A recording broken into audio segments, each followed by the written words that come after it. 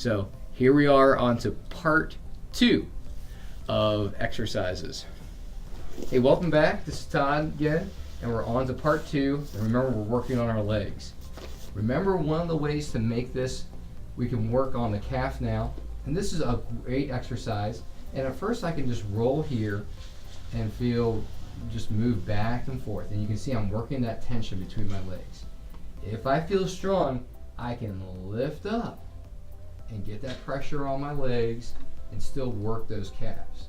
If I can, as I'm moving up, I can flex my feet towards me, and as I'm going down, I can point my toes away.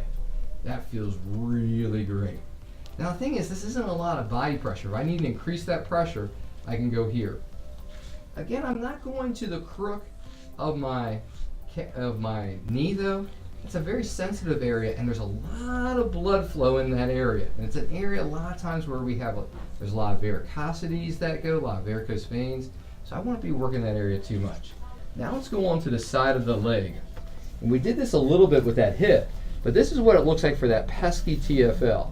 We can go here and we go all the way up and all the way down and all the way up. How do I make this easier, everyone? Come on, you all know. I just take my foot, put it down, and unweight myself like this. But shoot, if I really want to make this nice and hard for my abs and some of my core stabilizers here, I can do this. Trying to look, it's good to do this with a mirror so you can really keep an idea and a look at your posture and how things are coming along. I want to make this really hard. When I get to a spot, I can circle at that point. Oh man, that really is hard on those tight spots, but really works them out very efficiently and can really soften that tension that pops up unnecessarily. Then I'm here. Remember, we can work here on the thighs. And am I arching my back too much? You all know I am. I'm going to tighten my abs and work this.